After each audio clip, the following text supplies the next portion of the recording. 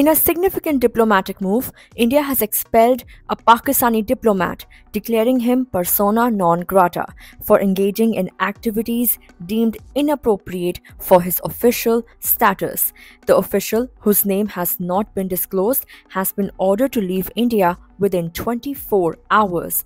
This strong step comes amid already tense relations between India and Pakistan, further straining bilateral ties.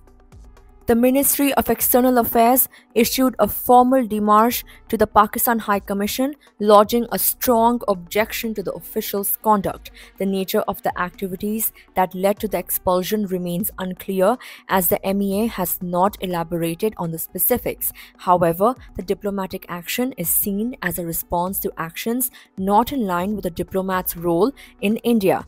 The expulsion signals India's continued firm stance in dealing with what it views as undesirable conduct by foreign diplomats. In a related development, MEA spokesperson Randhir Jaiswal addressed media concerns, reiterating India's position on Kashmir. He stressed that Kashmir remains a bilateral issue between India and Pakistan, and that India expects Pakistan to vacate illegally occupied territory.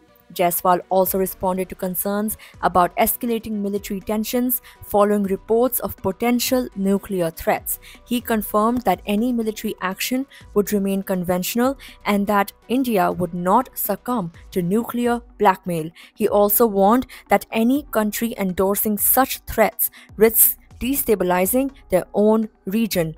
Jaiswal condemned Pakistan's ongoing support for cross-border terrorism, linking it to the broader issue of regional stability. He further stated that India would hold the Indus Waters Treaty in abeyance until Pakistan takes credible action to end its support for terrorism.